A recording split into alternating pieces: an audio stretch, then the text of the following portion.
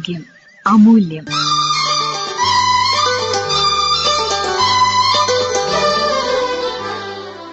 വന്ധ്യതാ ചികിത്സയും ഹോമിയോപ്പതിയും ഇതേക്കുറിച്ച് സംസാരിക്കുന്നു കോഴിക്കോട് ജനനിയുടെ മുൻ കൺവീനർ ഡോക്ടർ സ്മിത KS. ഇന്ന് നമ്മുടെ സമൂഹത്തിൽ കുട്ടികളില്ലാത്ത ദുഃഖം അനുഭവിക്കുന്ന ദമ്പതികളുടെ എണ്ണം ഒരുപാടാണ്. കേരള ജനസംഖ്യയുടെ 10 മുതൽ 11% വരെ വന്ധ്യതയുടെ പ്രശ്നം അഭിമുഖീകരിക്കുന്നവരാണ്.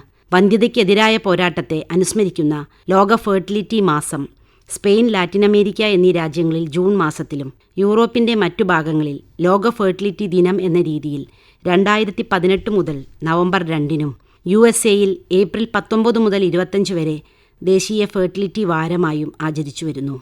വന്ധ്യതാ കേസുകളുടെ എണ്ണത്തിൽ അതിവേഗത്തിലുള്ള വർധനവും ദേശീയ അന്തർദേശീയ തലങ്ങളിൽ വന്ധ്യത ഉണ്ടാക്കുന്ന ഗുരുതരമായ വൈകാരിക, ശാരീരിക, ആരോഗ്യ ജീവിത പ്രശ്നങ്ങൾ എന്നിവയാണ് ഇത്തരമൊരു ദിനാചരണത്തിന് കാരണമായത്.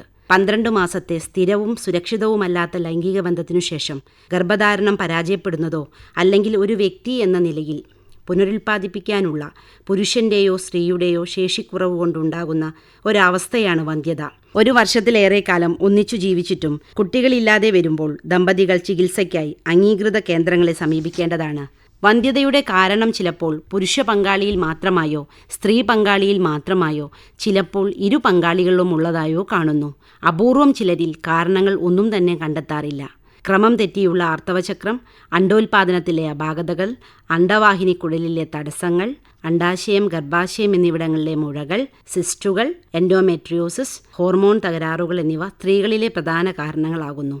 ശുക്ലത്തിൽ ബീജങ്ങൾ ഇല്ലായ്മ, എണ്ണക്കുറവ്, ബീജങ്ങൾക്ക് ചലനശേഷിയില്ലായ്മ, ബീജവാഹിനിക്കുഴലിലെ തടസ്സങ്ങൾ, വൃഷ്ണങ്ങളിലെ വെരിക്കോസിൽ, ജന്മനാ വൃഷ്ണങ്ങൾ വൃഷ്ണസഞ്ചിയിലേക്ക് ഇറങ്ങിവരാത്ത അവസ്ഥ, ഹോർമോൺ തകരാറുകൾ എന്നിവ പുരുഷവന്ധ്യതയുടെ പ്രധാന കാരണങ്ങളാണ്.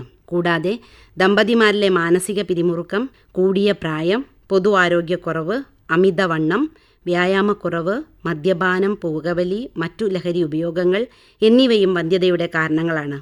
ഇതിനും പുറമെ ഇറുകിയ അടിവസ്ത്രങ്ങളുടെ ഉപയോഗം, ചൂടുള്ള സാഹചര്യങ്ങളിലെ ജോലി, വ്യായാമക്കുറവുള്ള ഇരുന്നുള്ള ജോലി എന്നിവയും വന്ധ്യതയുടെ തെളിയിക്കപ്പെട്ടിട്ടുള്ള കാരണങ്ങളാണ്.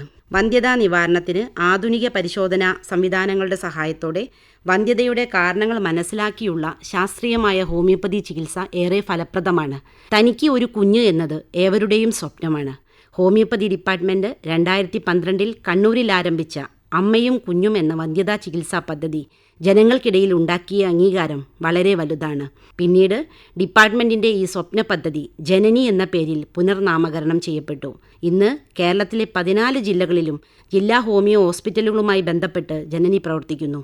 കോഴിക്കോട് എരഞ്ഞിക്കൽ കണ്ടംകുളങ്ങരയിൽ KSRTC ഡിപ്പോയ്ക്കു സമീപം പ്രവർത്തിക്കുന്ന കോഴിക്കോട് ജില്ലാ പഞ്ചായത്തിൻ്റെ ഗവൺമെൻറ് ജില്ലാ ഹോമിയോ ഹോസ്പിറ്റലിൽ വന്ധ്യതാ ചികിത്സ തീർത്തും സൗജന്യമാണ്.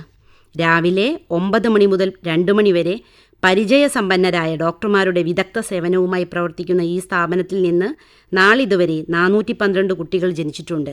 കേരളത്തിലെ മൊത്തം കണക്ക് പ്രകാരം 2024 മാർച്ച് വരെ 2936 കുട്ടികൾ ഹോമിയോപ്പതി ചികിത്സയുടേതായിട്ടുണ്ട്. പൊതുവെ ഹോമിയോ ചികിത്സയെപ്പറ്റി അവബോധമില്ലാത്തതിനാൽ ഏറെക്കാലം അമിതമായി പണം ചെലവഴിച്ച് ദീർഘകാലം മറ്റു ചികിത്സകൾ ചെയ്ത് ഫലം ലഭിക്കാതെ നിരാശരായി പ്രായം കൂടിയ അവസ്ഥയിലാണ് പലരും ഇന്ന് ഹോമിയോ ചികിത്സയ്ക്ക് എത്തുന്നത്. മികച്ച പ്രവർത്തനം നടത്തുന്നതിനായി ദമ്പതികൾ ഹോമിയോ ചികിത്സയിൽ എത്തുന്ന പ്രായം പ്രാധാന്യമർഹിക്കുന്നു. യാതൊരു പാർശ്വഫലവുമില്ലാതെ മരുന്നുകൾ കൊണ്ട് മാത്രം നടത്തിവരുന്ന ചികിത്സയിൽ പലപ്പോഴും ദമ്പതികൾക്ക് കൗൺസിലിംഗ് ആവശ്യമായി വരാറുണ്ട്. സർജറി ആവശ്യമായ സമയങ്ങളിൽ അതിനും നിർദ്ദേശിക്കാറുണ്ട്. ഹോസ്പിറ്റലിൽ എത്തുന്ന ദമ്പതികളെ അവർക്ക് വേണ്ടുന്ന സമയം നൽകി പ്രശ്നപരിഹാരം നടത്തി സന്തോഷകരമായ ഒരു ജീവിതത്തിന് പ്രാപ്തരാക്കുക എന്നതാണ് ജനനിയുടെ ലക്ഷ്യം.